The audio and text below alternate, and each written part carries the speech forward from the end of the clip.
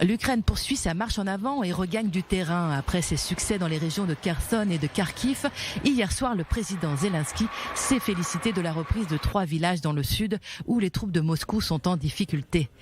3 villages dans la région de Kherson ont été libérés du pseudo-référendum et stabilisés aujourd'hui même. Le mouvement se poursuit. Plus tôt dans la journée, Sergueï Kayaï, le gouverneur ukrainien de la région du Lugansk, jusqu'ici sous le contrôle de Moscou, a proclamé une percée significative. Maintenant, c'est officiel, la reconquête de la région du Lugansk a commencé. Plusieurs localités ont déjà été libérées. Épuisée mais galvanisée par ses succès, l'armée ukrainienne ne compte pas s'arrêter là et est déterminée à chasser les Russes. Ils n'ont rien à faire ici, nous allons continuer à les chasser. C'était dur, vraiment dur, mais on allait de l'avant et c'est tout, on n'avait pas d'autre choix. Nous protégeons notre terre, il faut aller de l'avant.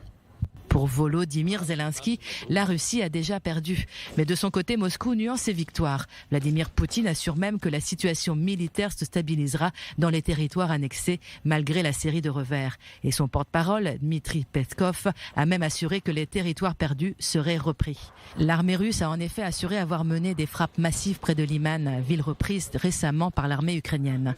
Poutine a juré de défendre coûte que coûte ces zones, quitte à utiliser l'arme nucléaire. Menace qui pour l'heure n'a pas arrêté la contre-offensive ukrainienne ni la livraison d'armes de l'Occident. Le président américain Biden a même annoncé un nouvel envoi d'équipements militaires de 625 millions de dollars.